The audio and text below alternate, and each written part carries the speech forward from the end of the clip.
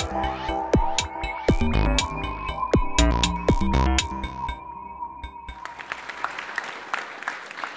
I'm Flocky. I'm a Mozilla tech speaker, and I'm a JavaScript developer, and I do a bunch of other stuff and do a lot of open source stuff.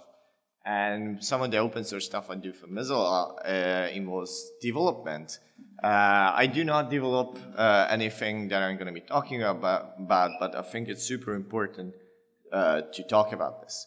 So who is Mozilla? Right, Mozilla is this corporation that everybody knows about their foxes and browsers maybe, like Mozilla Firefox. But it's actually a champion of the open internet. And you know, there is a thing about the internet that 80% of probably all internet traffic is video. And the problem with video is that it needs a lot of data to transfer moving pictures of kittens over if you don't want to do it over compiling those to GIFs or GIFs, shoot me. So Mozilla figured out they wanted to make sure that those image compilations work out faster than usual and work out with a better compression ratio.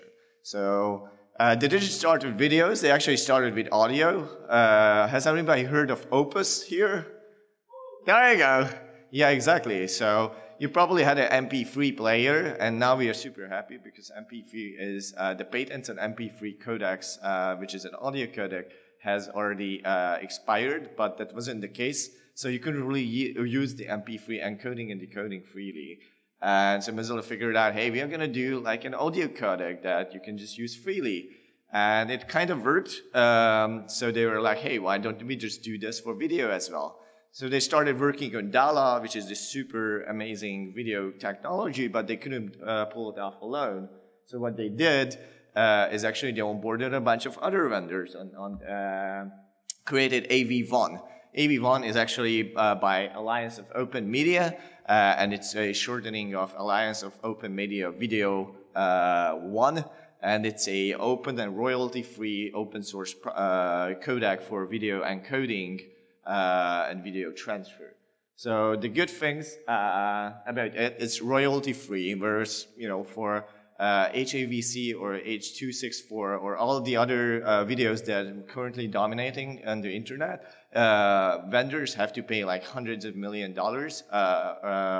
to be able to use that. This is completely free to use. And it actually achieves better compression ratio that state-of-the-art codecs can. If you have been watching the news, Apple has just announced that they're going to be supporting HEVC, which is like the newest generation of video encoding. This AV1 actually has a potential to go 30% below the size of the equivalent HEVC codec. It has a bunch of other things to it. It also has a bunch of drawbacks. So one of the reasons that you have probably not heard of it is because it has been a research project for a long time. And the bitsim has just finalized. That means you're going to be seeing this pop up in browsers and other places more and more. What are these places in the first place? Well, that's a big vendor list. The big thing about this is video and the internet. To pull this off, actually you need adoption.